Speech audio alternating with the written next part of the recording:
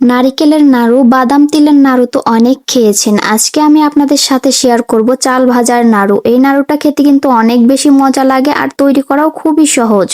চাইলে ঝটপট করে বাসায় তৈরি করে নিতে পারবেন। চলুন তাহলে কথা না বাড়িয়ে রেসিপিটা আপনাদের সাথে শেয়ার করি।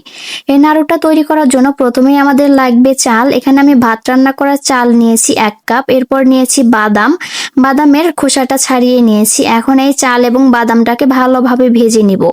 আমি চুলায় একটা প্যান বসিয়ে দিয়েছি। প্যানের ভিতরে এখন চাল এবং বাদামগুলো দিয়ে অনবরত নেড়ে চেড়ে ভালোভাবে ভেজে নিব। চুলার আঁচ একদম কমিয়ে দিয়ে চাল ভাজা যাবে না, তাহলে চাল ভাজাগুলো কিন্তু একদমই ভালো হবে না।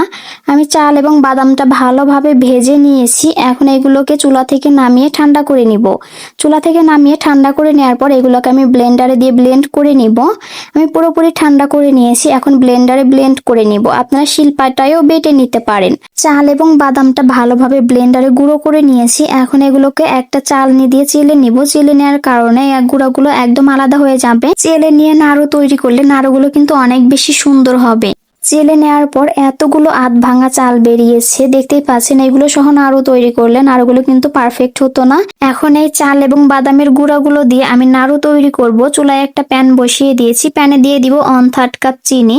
এরপর 1/3 কাপ পানি দিয়ে দিব। আপনারা যে পরিমাণ চিনি দিবেন ওই পরিমাণে পানি দিবেন। এছাড়া আপনারা চাইলে গুড় দিয়েও তৈরি করতে পারেন। গুড় দিয়ে তৈরি করলে কিন্তু অনেক বেশি মজা লাগে খেতে। নাড়ুতে সুন্দর একটা ফ্লেভারের জন্য 2টা সাদা এলাচ দিয়েছি, সামান্য একটু লবণ। চাল ভাজার সময় আমরা কিন্তু লবণ দিয়েছিলাম না, লবণ না দিলে খেতে ভালো লাগে না, তাই সামান্য একটু লবণ দিয়েছি। 1/4 কাপের মতো দিয়েছি কোরানো নারকেল। সামান্য একটু অরেঞ্জ ফুড কালার দিয়ে নেড়ে চেড়ে জাল করে নিয়েছি। চিনিটা যখন ভালোভাবে গলে যাবে এবং শিরাটা এরকম একটু ঘন হয়ে যাবে, তখন আমি আগে থেকে গুঁড়ো করে রাখা চাল এবং বাদামের গুঁড়োটা দিয়ে দিব। এখন নেড়ে চেড়ে ভালোভাবে মিশিয়ে নিব।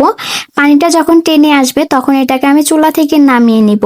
অরেঞ্জ ফুড কালার দেওয়ার কারণে নাড়ুটার কালার কিন্তু খুবই সুন্দর আসবে। আপনারা যদি গুড় দিয়ে তৈরি করেন তাহলে আর ফুড কালার দেওয়ার প্রয়োজন নেই। আবার কেউ চাইলে চিনি দিয়ে তৈরি করে ফুড কালার স্কিপ করতে পারেন। ফুড কালার দিলে দেখতে একটু বেশি সুন্দর লাগে। নাড়ুর এই মিশ্রণটা যখন নাড়তে নাড়তে প্যান থেকে ছেড়ে আসবে তখন বুঝবেন যে নাড়ুর মিশ্রণটা পারফেক্ট ভাবে হয়ে গেছে। এখন এই মিশ্রণটা আমি চুলা থেকে নামিয়ে নিব।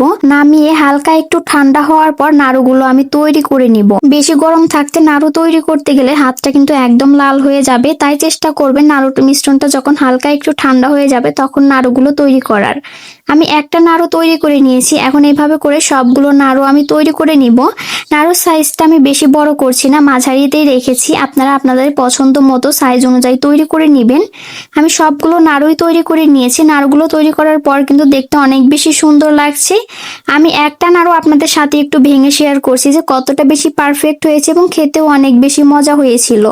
আমার আজকের এই সহজ রেসিপিটা আপনাদের কাছে ভালো লাগলে লাইক, কমেন্ট এবং শেয়ার করে দিবেন।